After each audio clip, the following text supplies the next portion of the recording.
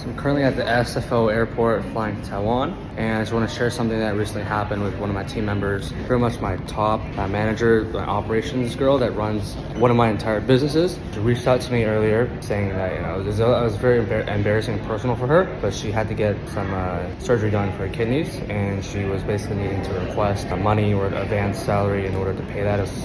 Ended up being about 3,000 USD, but she lives in the Philippines, so that's a lot for her to pay. And so she sent me a long message asking about that. She's been working for me for like 4 years now, and then immediately, obviously that's not a problem for me, right?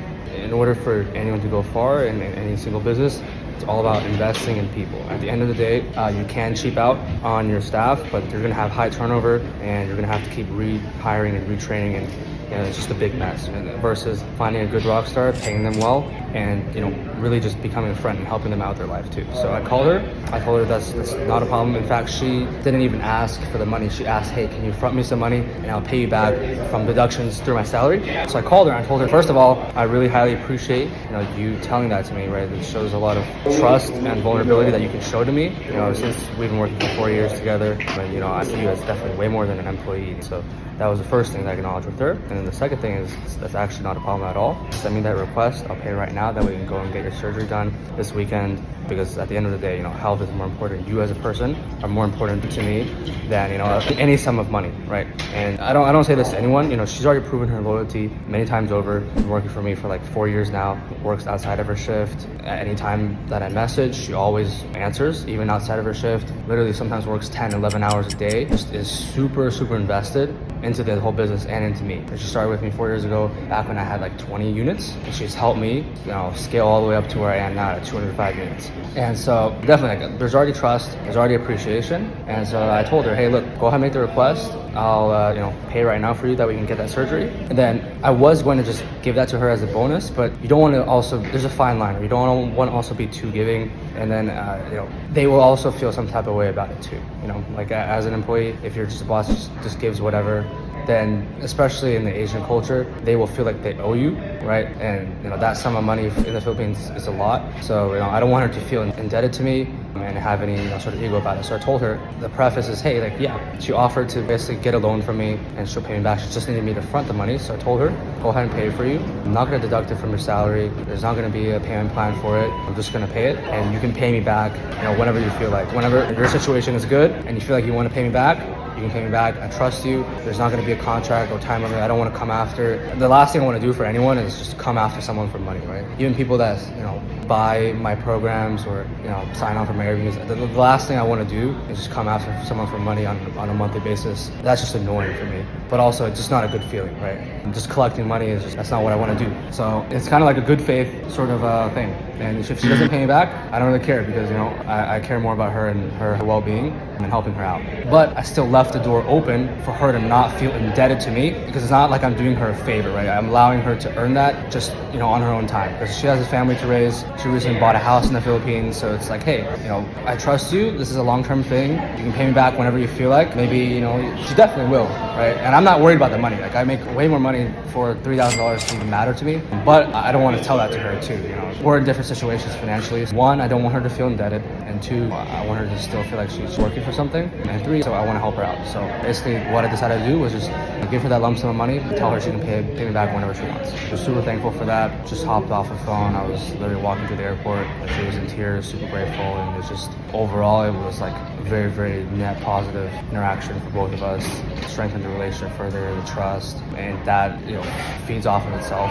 But it just pushes everyone further, right? Because at the end of the day, she honestly runs 80% of the portfolio operations for one of my cities that has 80 units. So she's extremely valuable to me at this point, and is just willing to go above and beyond every single time. And then I told her, in the next few months, the goal is to get you some personal assistance so that your life can be easier, because you are essentially the boss of operations. So we want to build systems and people around you so that you're not even having to stress and do like the daily grind, the manual labor of answering guest messages, answering guest calls, talking to property managers. I'm at a point at which I even want to not only automate my job as a business owner, but automate my COO's job as an operator, right? That way her life can be easier and she can handle multiple cities, multiple portfolios. And that's the whole idea, is like each person that you ascend to the top of your chain in your business, you want to create automations for them them too, so that their life is easier. It's not all about you as a business owner being automated. It's about the entire team, having the automations, which is going to feed up to the top of the chain too, right? Management staff below you, their life is automated, their life is easy. They have systems that makes your life infinitely easier as well. It's just like an infinite automation loop, which you need to create. I'm starting to ramble, but I just want to share that experience because that is why she's been with me for this long, is because I see her more than numbers, as more than a number, as more than, a worker in a cog in a machine. And that is what really gets people to stay. At the end of the day, money is good up to a certain point, especially for like an A-class player, an A-class team member. They can go and they can find jobs anywhere. Right? They'll be able to be paid and compensated well in a multitude of different companies. But what gets people to stay is, one, they have fulfillment and purpose, and two, they are actually appreciated for who they are as a human being, beyond what they do for the company, right? It's when you compliment someone, when you compliment an employee, you have to compliment their character. Like, what is it about their character trait that you like so much? Not necessarily the exact things they do for your business. So this is something that I want to share with you guys, and take it as you will. But that is really what's helped me to get so far. Because at the end of the day, the business is just a collection of people. You have to make sure those people don't change, have quality people, and you're fully invested. Then at that point, your business becomes fully automated, and the growth becomes fully automated too. And it's going to take time, but if you invest into the right people, train them up, make them feel appreciated, give them purpose, give them ownership, give them responsibility. A lot of my top managers, I even give percentages of profits. That way they're actually financially invested too. Everyone wants to feel like they're being ascended. They don't want to just work the same thing over and over again. And if they do that for like 3-6 months, they're going to get really good at it, and they're going to start to get bored. Again, it ties in with the purpose, right? You're going to have to give them more challenges, create a bigger purpose for them, have them ascend. Right? Anyone that starts, for example, for virtual assistant, will start at the very base level as an Airbnb virtual assistant. They'll be answering messages, talking to guests, talking to property managers. And once they get good enough, you want to ascend them into like a senior role where they help train other VAs, and now they feel like there's more of a purpose. And after that, it's becoming like a manager role where you tell them like, hey, I don't want you to be doing the low value labor anymore. You should manage everyone. And so that's the other ascension. And then even past that is becoming like a director of operations. And just when people are constantly ascending, that is where they feel purpose, they feel invest into the company, and that's how you have real like sustainability.